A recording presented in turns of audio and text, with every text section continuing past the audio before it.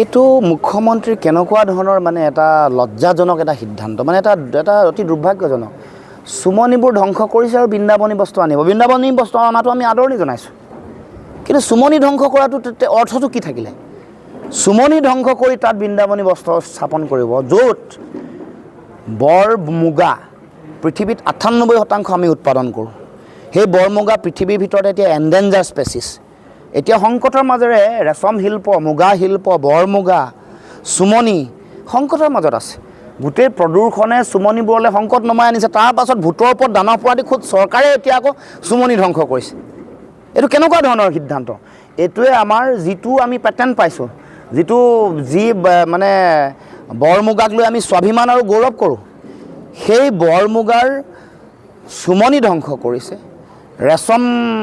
ৰেচমৰ মানে গোটেই যিখন হেৰি আছে, গছ গছনিবোৰ কাটিছে। এইটো দুৰ্ভাগ্যজনক কথা। এইটো আমি তীব্ৰ বিৰোধিতা কৰিছোঁ। আৰু সেই গছ গছনি কটা মানে বৃন্দাবনী বস্ত্ৰখনকো অপমান কৰা।